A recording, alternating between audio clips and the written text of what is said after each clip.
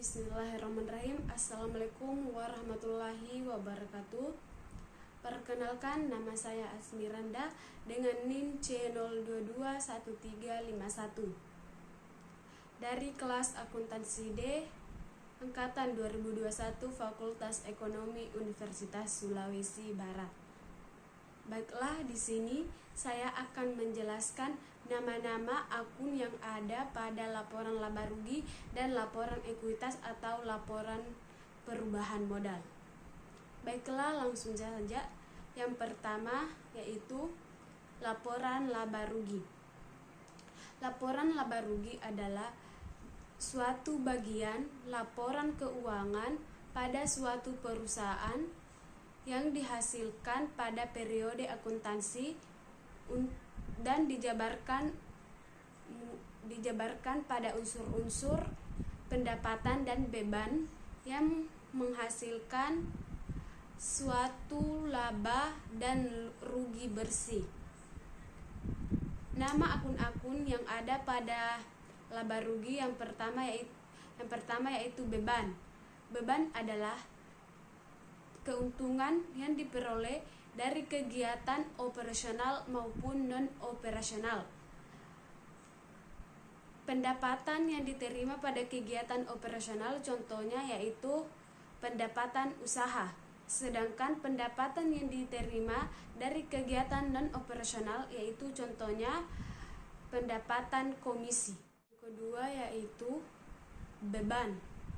Beban adalah biaya-biaya yang dikeluarkan oleh suatu perusahaan pada periode akuntansi yang digunakan untuk pengurangan pendapatan sehingga menghasilkan laba atau rugi suatu perusahaan.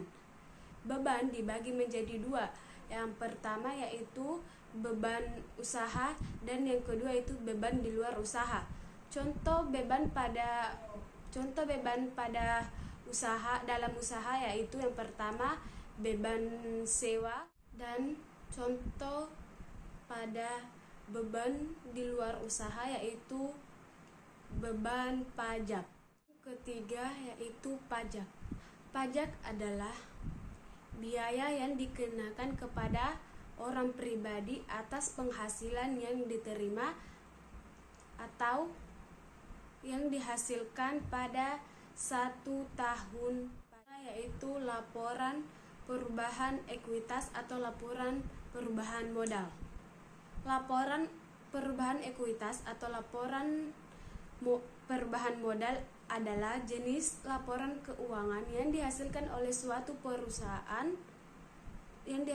suatu perusahaan yang menggambarkan peningkatan atau penurunan aktiva bersih selama periode tertentu. Nama akun-akun yang ada pada perubahan modal yaitu yang pertama modal awal. Modal awal adalah modal awal yang diinvestasikan pada saat awal mulai usaha. Yang kedua yaitu laba rugi bersih. Laba rugi bersih yaitu kelebihan atau kekurangan penjualan pada harga pokok penjualan dan dipotong oleh beban-beban dan pajak. Laba rugi bersih dapat diambil ketika telah menyelesaikan laporan laba rugi. Dan yang terakhir atau yang ketiga yaitu prive. Prive adalah pengambilan dana oleh pemilik perusahaan untuk kepentingan pribadi. Baiklah, itulah nama akun-akun yang ada pada laporan laba rugi dan laporan ekuitas atau perubahan modal.